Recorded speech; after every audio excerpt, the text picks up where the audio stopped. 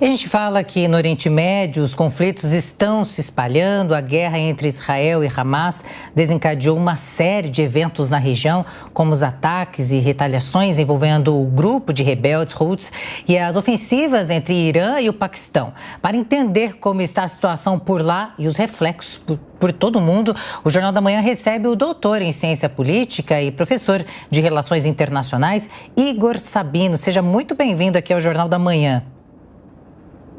Olá, bom dia. É um prazer estar aqui. Bom dia, professor. O que se temia aconteceu, né? Até então era um conflito ali original, digamos assim, Hamas e Israel, o grupo terrorista e Israel, e isso foi se espalhando e causando ali um emaranhado de conflitos paralelos de regiões de grande potencial, a gente pode dizer, ali, e que está se alastrando, inclusive. Sim, de fato.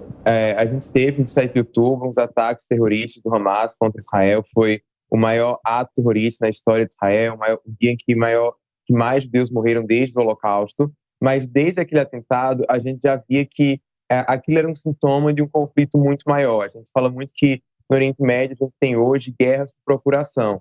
E um dos principais atores, que é quem financia não somente o Hamas, mas também os Houthis, algumas milícias na Síria, é justamente o Irã, e também patrocina o Hezbollah, que fica ali no Líbano. Então, desde que a gente teve os ataques do Hamas contra Israel, na verdade, a gente teve um ataque do Irã contra Israel, só que de modo indireto, ele usando todas essas milícias que ele tem, todos esses grupos terroristas. Então, a gente viu os ataques por parte do Hamas, mas também uma série de ataques na fronteira norte de Israel, a partir do Líbano, do Hezbollah. A gente viu também esses ataques no Mar Vermelho, né, os Houthis, que são um grupo agora reconhecido como grupo terrorista pelos Estados Unidos, que controla metade do país, lançando também mísseis pelo Mar Vermelho, que tem o alcance de poder chegar em Israel. E agora a gente vê também o Irã bombardeando não somente Israel de modo indireto por meio desses grupos, mas atacando diretamente outros países da região, como o Iraque, como a Síria e também o Paquistão. Ô, professor, e já é possível projetar até que ponto pode chegar essa escalada do conflito a que o senhor estava fazendo referência agora? Muita gente até, de uma forma coloquial, eu vou trazer aqui na linguagem que as pessoas especulam, falam sobre a possibilidade de uma terceira guerra mundial. Nas redes sociais tem muita gente falando sobre isso. Não talvez tão a sério, mas queria ouvir do senhor, que é um especialista na área, e vai poder nos dizer e nos trazer mais para perto da realidade. Tem a possibilidade disso? É um exagero falar nisso agora? Essa semana a gente teve uma movimentação muito importante em relação a isso da OTAN. A gente trouxe essa notícia aqui mais cedo, uma movimentação histórica de tropas, nunca antes vista desde o final da Guerra Fria, com foco especialmente na Rússia. A OTAN, que é o bloco que reúne as forças armadas dos países ocidentais. É exagero falar em um novo conflito em escala mundial, em escala global? Qual a análise do senhor, professor? Bom, é fato que hoje o mundo está muito menos seguro, né? Essa última semana ela foi incomum até mesmo para os padrões do Oriente Médio. Teve atentados terroristas em Israel, teve esses bombardeios do Irã no Iraque, também no Paquistão, continua as tensões na fronteira de Israel também com o Líbano. Agora a gente teve um bombardeio agora de manhã em Damasco, que estão acusando Israel. Segundo o Irã, matou 4 generais das guardas revolucionárias iranianas. Então, realmente, a gente está vivendo um momento mais tenso na história. Porém, eu acho que é complicado a gente falar sobre uma terceira guerra mundial. Eu sei que isso está muito presente no imaginário das pessoas, até porque também tem a guerra na Ucrânia, tem conflitos também ali que podem incluir a qualquer momento com a China.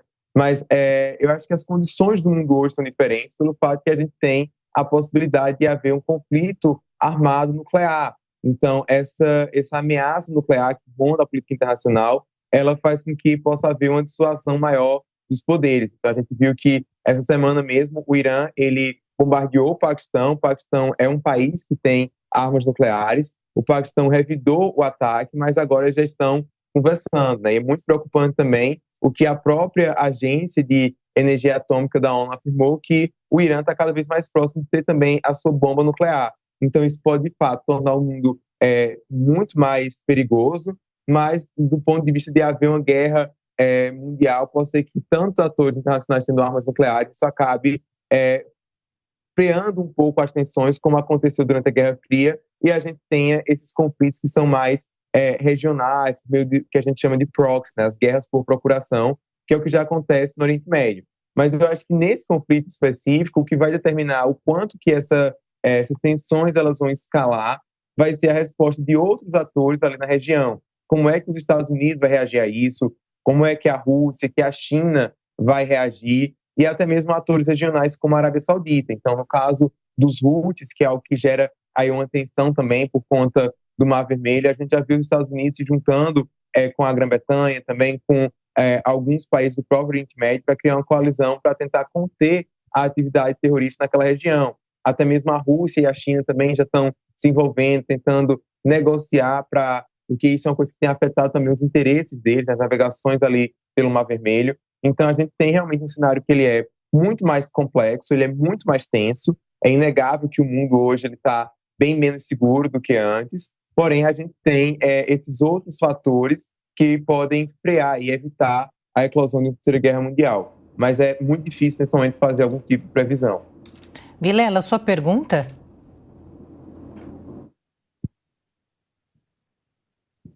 Nós tivemos uma declaração agora feita, ou no dia de ontem, pelo ministro do Gabinete de Guerra de Israel, dizendo que não seria possível resgatar os reféns israelenses sem a realização de um acordo e que aqueles que eventualmente falem em contrário estariam mentindo para a população. O senhor vê que estamos relativamente no caminho da realização de um acordo, até para que Israel possa ter esses reféns, especialmente esse tema que é um tema muito forte internamente em Israel, a pressão política que existe em torno do primeiro-ministro de Israel, ou o senhor vê que, diante de toda essa ebulição regional que estamos vivendo, essa possibilidade de acordo, ela está ainda um pouco distante?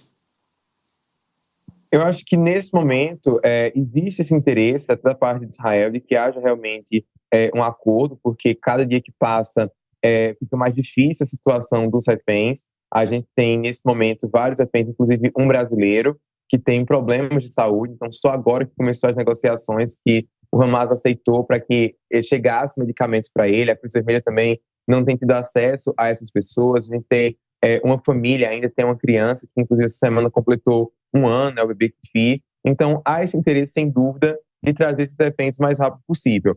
Mas a questão é quais são as condições que o Hamas está colocando para que haja esse cessar-fogo. Então, acredita-se que um dos principais demandas do Hamas é justamente que o seu líder principal, o Sinwar, que está desaparecido, que Israel está procurando ele seja poupado, ele não seja morto, e a troca, na verdade, seja ele continuar vivo e sair da faixa de Gaza e Israel ter acesso aos reféns.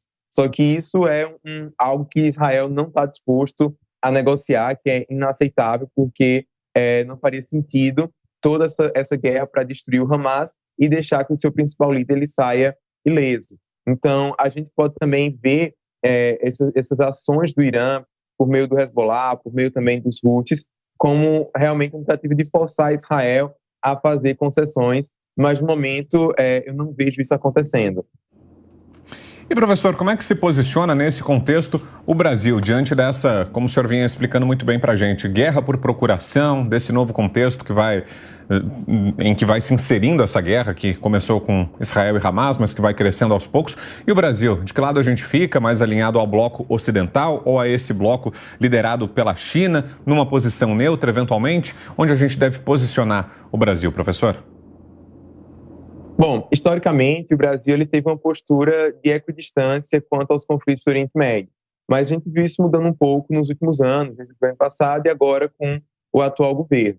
Então, um traço de diplomacia no governo Lula é essa ideia de que o Brasil ele deve se manter neutro, mas na prática a gente vê que é uma preferência muito maior, uma leniência até muito maior com esse bloco não ocidental, né, o chamado Sul Global.